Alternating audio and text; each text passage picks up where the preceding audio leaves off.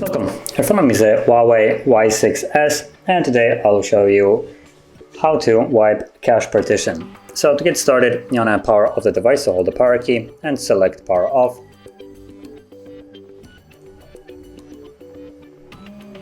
And once the device shuts off, you then want to hold power key and volume up, both of these keys at the same time.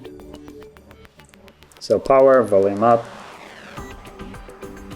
And when you see the Huawei logo, you can let go. And from here, all you need to do is tap on Wipe Cache Partition right here.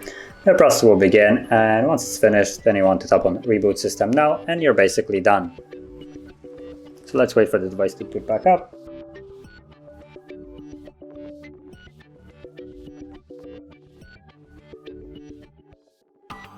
And you can see we're back in the Android.